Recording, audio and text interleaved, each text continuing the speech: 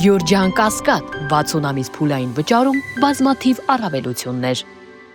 Եկեղեցու դեմ այսօր տեսնում ենք հարյուրավոր ուխտավորներ սպասում են, այսպես ասած, մայր տաճար մտնելուն։ Սա արդյոք խոսում է այն մասին, որ հակառակ էֆեկտ է ունեցավ այդ պայքարը իշխանությունների կողմից եկեղեցու դեմ։ Մենք կարող ենք արձանագրել մի քանի փաստ, որը արդեն իսկ ակներև է, նախ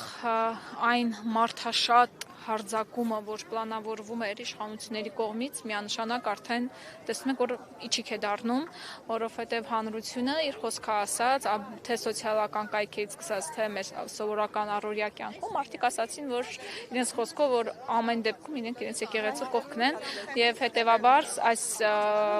հարձակման չեղարկումը արդեն իսկ ակներև է, եւ իշխանությունները տեսնելով, որ նման ձևով չեն կարող հասնել իրենց նպատակին, նրանք որոշեցին այլ ձևաչափով հարձակման անցնել, արդեն թիրախավորված, պատահական չէ 12 հոգեվորականների կալանավորումը, պատահական չէ դրան նախորդած սրբազանների կալանավորումը, այսինքն այս ամենը ամբողջական մի ծրագրի մաս են կազմում եւ որի արդյունքները մենք այսօր ենք տեսնում եւ ըստ այդմ մենք կարող ենք արձանագրել, որ որոշակի պլաններ իշխանությունների կողմից ձախողվել են։ Երեք հոգևորականները երբ բեմից ելույթ էին ունենում մեր ձևով շարժման հանրահավաքի ժամանակ, նշեցին, որ իրենք քաղաքականությամբ են զբաղվում, բայց ոգու քաղաքականությամբ, դա իշխանությունները սկսեցին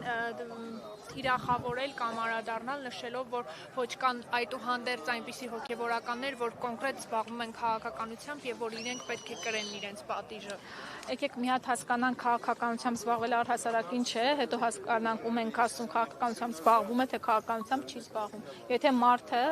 հաշ չէ նրա հետ, որ իր հայրենիքի մի մասը հանձնվում է, արդյոք դա քաղաքականությամբ զբաղվել է թե ոչ։ Եթե մարդը հաշ չէ այն գաղափարի հետ, որ եկեղեցու վրա հարձակումներ են տեղի ունենում,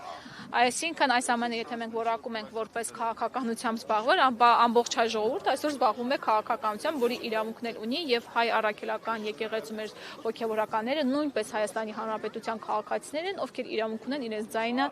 բարձրացնելու, առավել եւս որ սա ոչ թե պայմանական քննարկվում է Հայաստանը պետք է լինի պարլամենտական թե նախագահական, այսինքն այսպիսի քաղաքական հարցեր չի քննարկվում, այլ երկրի համար գոյաբանական հարցեր են քննարկվում, որի համար բարձրաձայնելը մեր հոգևորականներից անգամ ժողովուրդը ակնկալում է նման ձայնի բարձրացում։